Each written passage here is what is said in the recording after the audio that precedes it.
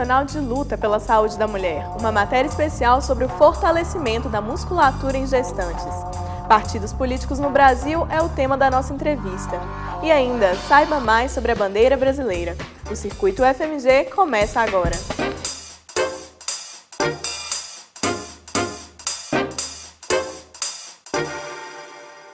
Boa noite. Nessa terça-feira, uma data marca o calendário da saúde, o Dia Internacional de Luta pela Saúde da Mulher. Em comemoração à data, o Circuito FMG apresenta uma matéria especial para as gestantes. O fortalecimento da musculatura pode ajudar a evitar problemas no pós-gravidez. As consultas agora são anuais, mas durante toda a gravidez, Berenice contou com acompanhamento fisioterápico. Eu tinha muito medo de engravidar e tinha muito medo do parto. Então, acho que, inclusive, para isso me ajudou, pela informação, que me trouxe segurança. Segurança possibilitada pelo controle do corpo durante a gestação, fase marcada por mudanças e adaptações. E essas adaptações, muitas vezes, geram desconfortos e dores, como dores na coluna, dores na pelve, e desconfortos que, muitas vezes, as mulheres se surpreendem, que é, por exemplo, uma incontinência urinária, que é a urina solta. Então, diversas gestantes queixam-se de tossirem, espirrarem e, de repente, perderem urina, que é uma situação muito desagradável. E aí a fisioterapia, ela atua desde a prevenção e o tratamento de todas essas dores e desconfortos, tanto relacionados ao sistema músculo-esquelético, cardiovascular, como, por exemplo, um edema, até especificamente na musculatura do assoalho pélvico, que é essa musculatura que forma o chão da pelve e que muitas vezes está enfraquecida nesse período da gravidez. Trabalho de fortalecimento que Juliana conhece bem. A escolha da arquiteta foi pelo parto normal e os exercícios prepararam a futura mãe para o nascimento do primeiro filho, Miguel. Eu tive 3 consultas, que seriam uma a cada trimestre. Aí no primeiro trimestre foi para fazer uma avaliação desse assoalho pélvico, você pode fazer até sem dar grávida mesmo, para ver como que é seu períneo, músculo e tal. Mas na gravidez foi que eu procurei, aí ela faz uma medição, a fisioterapeuta faz uma medição do seu músculo e a condição dele, para você ter um parto normal ou não. No caso eu tinha uma hipertonia, que é o músculo ser muito, talvez, rígido. Aí o que a doutora fez? Ela foi soltando esse músculo, trabalhando, que ele tivesse uma trabalhabilidade e não fosse rígido. E com isso eu fiquei super bem durante a gravidez, e até a questão da incontinência urinária que eu não tive, foi tudo trabalhado para chegar nesse momento agora do parto normal. Na UFMG, o foco é na prevenção da incontinência urinária, problema que atinge até 50% das mulheres de 50 a 80 anos no mundo.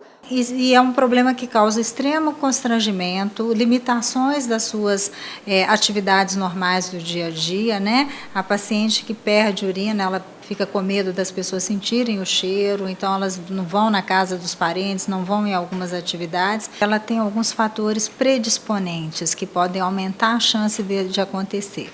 Então, nós sabemos que o número de partos vaginais que essa paciente teve, principalmente se foram partos instrumentados, ou seja, partos com fórceps, contribui para essa incontinência.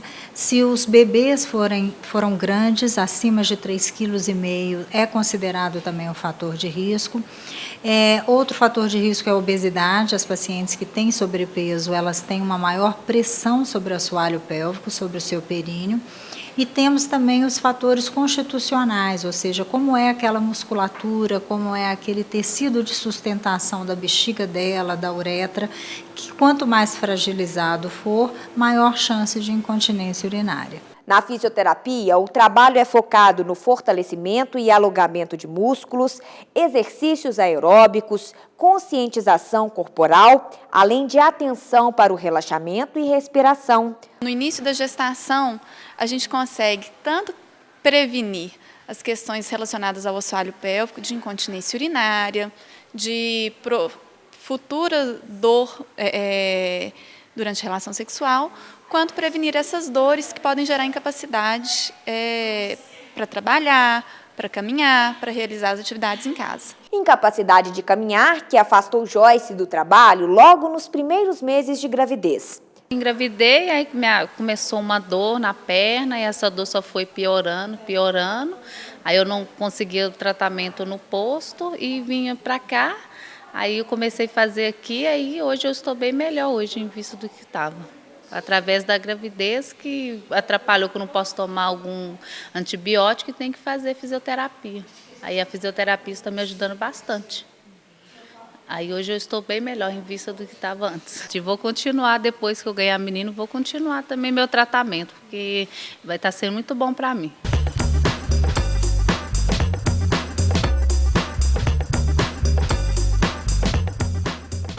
Segundo dados da Organização Mundial de Saúde, nos últimos 20 anos, o índice de mortalidade de mulheres por complicações na gravidez e no parto apresentou queda de 51%. Para que os índices se mantenham em declínio, a rede pública do governo do estado de Minas Gerais oferece um programa de saúde voltado à gestante. O contato pode ser feito no 155. Confira. Qualquer gestante pode entrar em contato.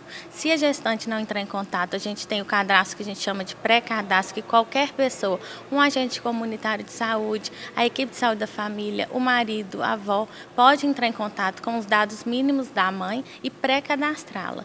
Esse call center, ele vai pegar os dados da mãe, ver identificar se ela é de risco ou não, e sempre que ela precisar, ela pode entrar em contato. Tem uma equipe de plantão 24 horas, um médico e uma enfermeira, que pode esclarecer dúvidas. Não esquecendo que sempre o importante é fazer o pré-natal, né? Fazer as 7 ou mais consultas pré-natal, que é o que preconizou o Ministério da Saúde, mas lembrando que a gente tem um apoio próximo e perto da mãe hoje. Agora nós vamos falar de política. Na última semana, o presidente do Supremo Tribunal Federal, Joaquim Barbosa, fez declarações polêmicas. Para Barbosa, os partidos políticos nacionais são de mentirinha e buscam o poder pelo poder. Será que o ministro tem razão? Quem vai nos responder é o doutorando em Ciência Política, Felipe Ritchio. Bem-vindo ao Circuito, Felipe. Obrigado. Bom, eu concordo em partes com o que o ministro falou, porque, primeiramente, a política é a ação do interesse e o interesse do político é se manter no poder. Isso é dado. Agora, em relação aos partidos políticos, a gente pode pensar que o próprio sistema institucional brasileiro, que conjuga um presidencialismo de coalizão, no qual nós temos um presidencialismo conjugado de um sistema multipartidário e o federalismo. Isso, de fato, impacta um pouco na possibilidade do eleitor ter uma noção real do que cada partido representa, porque no ato das coligações eleitorais, muitas vezes partidos de espectros ideológicos muito diferentes estão numa mesma coligação. E isso impacta na própria performance desses partidos enquanto instituições de intermediação entre o Estado e a sociedade civil. Sim. E no artigo que você escreveu para o Periódico em Debate, você fala sobre o temor ao conflito no pensamento político brasileiro. Você pode explicar para a gente como é que isso se relaciona com o que o Joaquim falou? Na verdade, se a gente pensar numa ideia de temor ao conflito, a gente pode pensar no próprio presidencialismo de coalizão e no sucesso da agenda do presidente a partir dessa lógica, porque se nós pegarmos as análises da ciência política norte-americana a respeito do Brasil pós a Constituição de 1988, essas ideias dos norte-americanos eram bem pessimistas em relação à condução do processo político brasileiro, pois eles achavam que, a partir desse sistema institucional, o presidente não conseguiria aprovar sua agenda. E, após os mandatos do FHC e, sobretudo, os mandatos do ex-presidente Luiz Inácio Lula da Silva, essas análises, de certa maneira, foram postas por água abaixo, foram colocadas por água abaixo. E a lógica da política rumo ao centro, rumo à conciliação, ela é um alicerce importante para essa condução, porque ela favorece com partidos como o Partido dos Trabalhadores, que teve no seu início estava colocado num ponto extremo à esquerda do espectro ideológico, hoje faça uma coligação junto ao José Sarney, que na época foi o último presidente nacional da Arena no governo militar. Para o eleitor falta informação, falta um pouco de pressionamento na política. E como é que isso vai se refletir assim, efetivamente no país? Se o eleitor ele conseguir se localizar melhor na política e parar de enfrentar esses partidos como se eles fossem de mentirinha? Bom, é difícil fazer uma previsão assim para isso, mas eu acho que essa maior participação na política ela pode ser uma saída interessante, dado que muito da teoria política contemporânea toca exatamente nessa questão de como que, desde o século, por exemplo, do século XVIII, nós começamos a pensar tanto nos nossos afazeres individuais mesmo, no nosso trabalho e tudo, e deixamos essa questão da política de lado. E a teoria política contemporânea, a gente pode tanto pegar as vertentes deliberacionistas ou então as vertentes republicanas, elas apontam exatamente nesse sentido, de uma maior participação da sociedade na política e são contra esse afastamento característico dos tempos atuais. Assim. Muito obrigada, Felipe. Obrigado a você. Na nossa página no Facebook, você pode ler um artigo do Felipe sobre o temor ao conflito no pensamento político brasileiro. O endereço é facebook.com/tvufmg. Nesta semana é celebrado o Dia das Bandeiras e fica a dica, é dedicado a elas. Hoje nós vamos aprender um pouco sobre a bandeira do Brasil.